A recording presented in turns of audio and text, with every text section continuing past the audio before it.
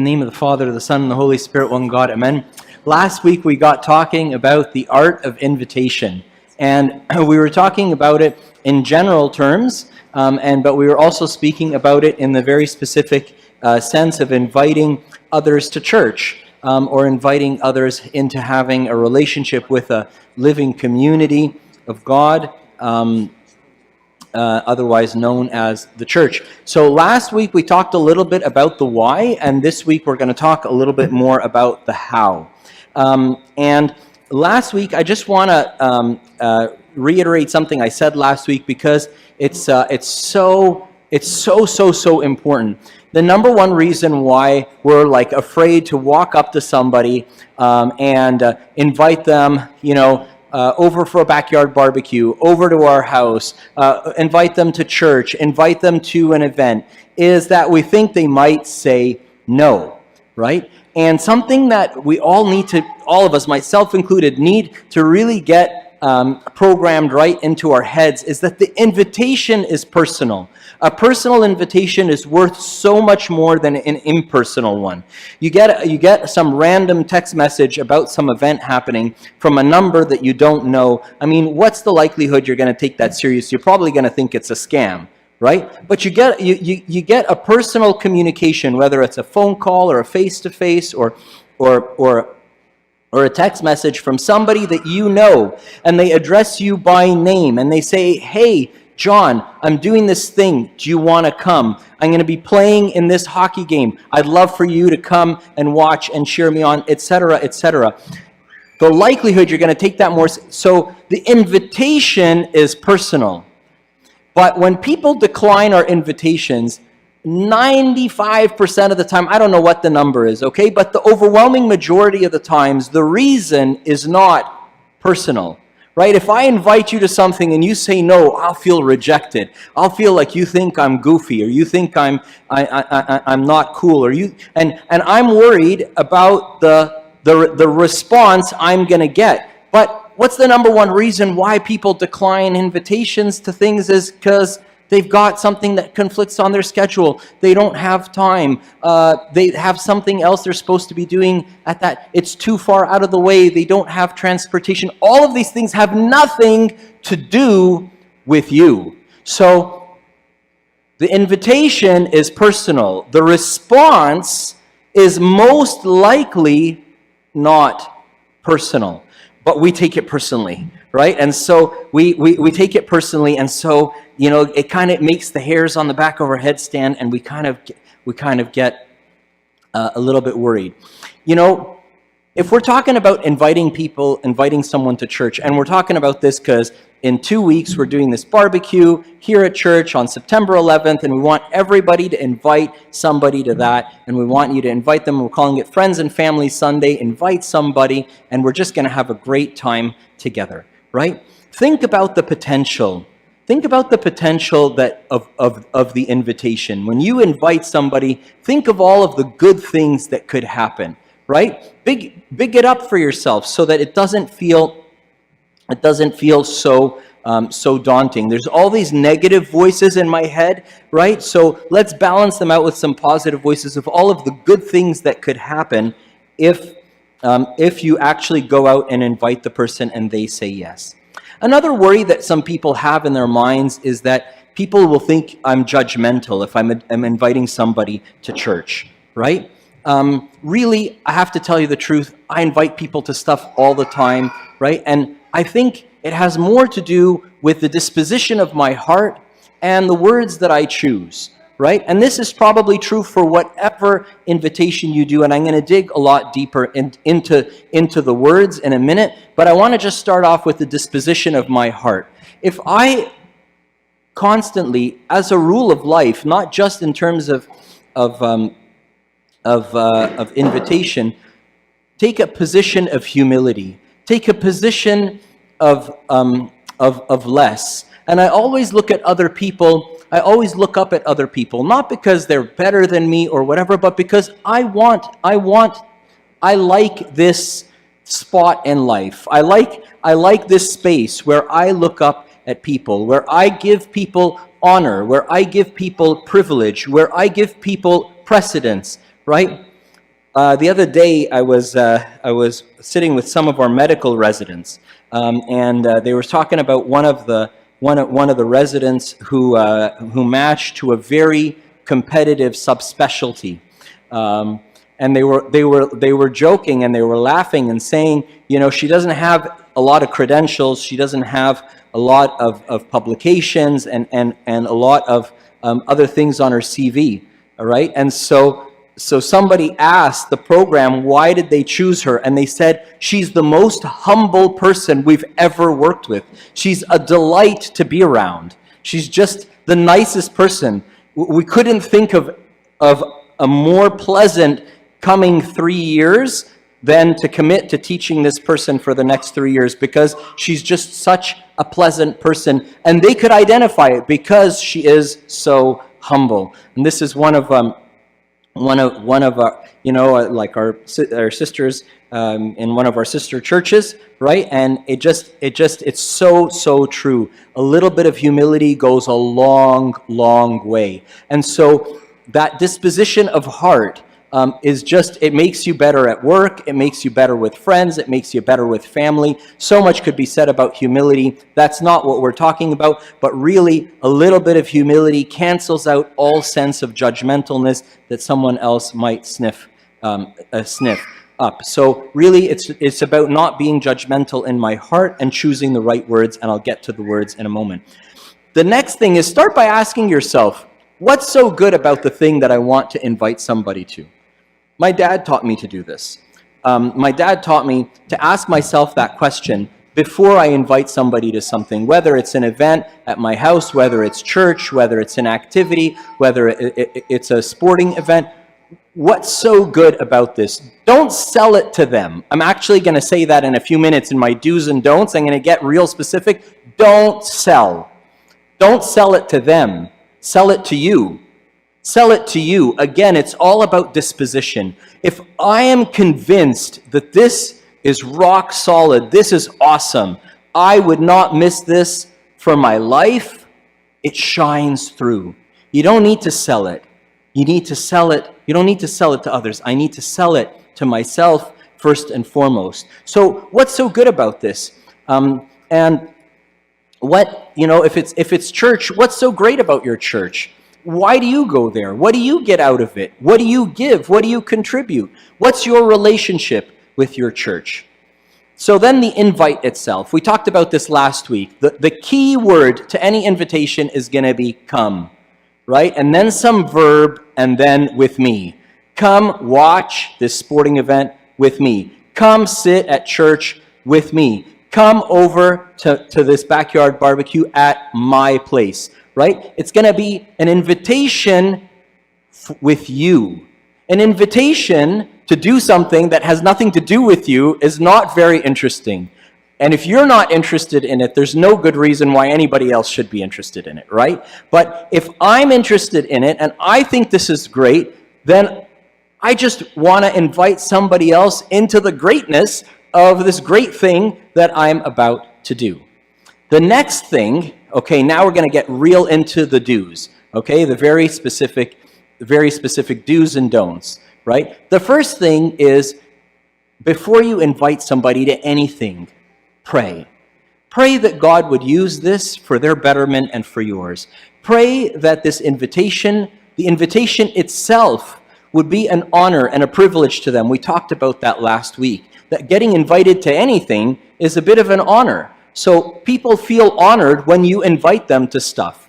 People feel good when they get invited to stuff. People like to be able to turn something down. They don't like knowing that something is happening and they didn't get invited. So if you're questioning, should I invite, should I not invite, and we were talking about this last week, right? If you're going to err on the side of over-inviting, right? If you're going to invite somebody and they can't come, at least you've given them the honor and the privilege of knowing that they were wanted, and they get the choice to turn it down. But we're going to talk a little bit more about about that and about making it easy for people to turn things down, and that's part of honoring them and privileging and giving them the privilege, right? So pray before you invite and after, that the invitation itself would be a blessing to that person, that even whether they say yes or no, their life would be better for you having invited them. So the invitation is a thing in and of itself. Whether they come or they don't, they'll feel good that they were invited. They'll feel wanted. They'll feel loved. They'll feel cared for. They'll feel like they're important. They'll feel whatever it is. And that will all come through in the disposition, not so much in the words. The invitation is a tool in and of itself. Use simple language, right? So whenever we, and the other thing is another thing about disposition is just don't make it simple. Like, I often tell people, I like sushi, right? I like everything, actually. It's a bit of a problem. But in any event, one of the things I like is sushi. I had this favorite sushi restaurant that was only in Markham, right? And Mary and I would drive up, 35 minutes or something to go to this place, if we had a night off and so on, we would drive up and go to this place. Then it opened up 2 blocks from where I live, right? When I found out it was opening up 2 blocks from where I live, what did I do? I called up all my other friends that live 2 blocks from where I live and said, I'm going tomorrow for lunch. If you want to come. I'm going to be there at 12:30. Let me know so I can know how many seats to save or how big of a table to save, right? That kind of invitation is easy for the other person to say yes or no to. Remember, you want your invitation to be an honor. You want the person to feel honored and privileged, not to feel burdened, like, oh, now I need to make up some excuse because I don't want to go, but right? You want to make it feel like there's no pressure. Make it easy for the other person to say yes or no. Very casual, very easy. Hey, come sit with me at church next Sunday. I'm going. If you want to come along, right? Then it makes the other person feel like you're not going out of your way for them. You're not going to an extra expense for them, right? Because that makes people feel burdened. Then they have to well, you went to all this trouble for me, and if I say no, then it's going to be awkward. And no, none of that. Make it easy. Make it an honor for the other person. Truly in my heart of hearts, if I want to honor the other person can feel it, right? Make it low stakes, easy, non-committal, right? You don't need to tell me now. I'll follow up with you on Friday, right? I'll follow up with you on Saturday. Something easy peasy for the person to say yes or to say no to. St. John Chrysostom says something really beautiful. I think if we took this as a law of life, it would make a lot of things in life clearer.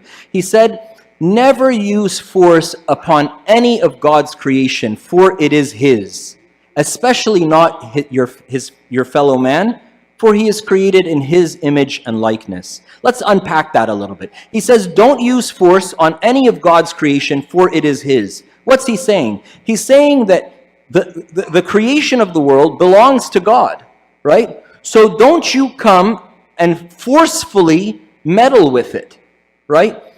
Suppose you're an artist and you've painted some beautiful portrait, right?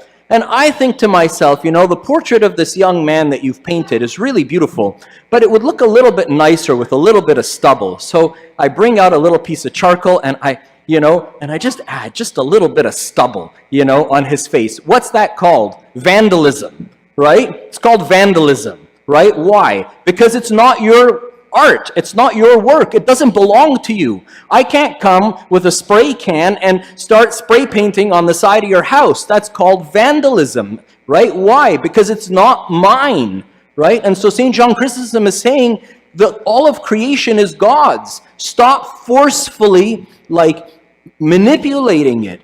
Especially not your fellow man, for he's created in his image and likeness. What does that have to do with anything?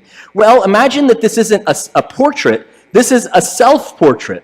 So you've painted a self-portrait, and then I come along and think I can improve on it, right? Isn't that a bit insulting? Honestly, isn't that a bit insulting? I say to myself, this portrait of this person looks good, but it would look better if, right? You are a self-portrait of God.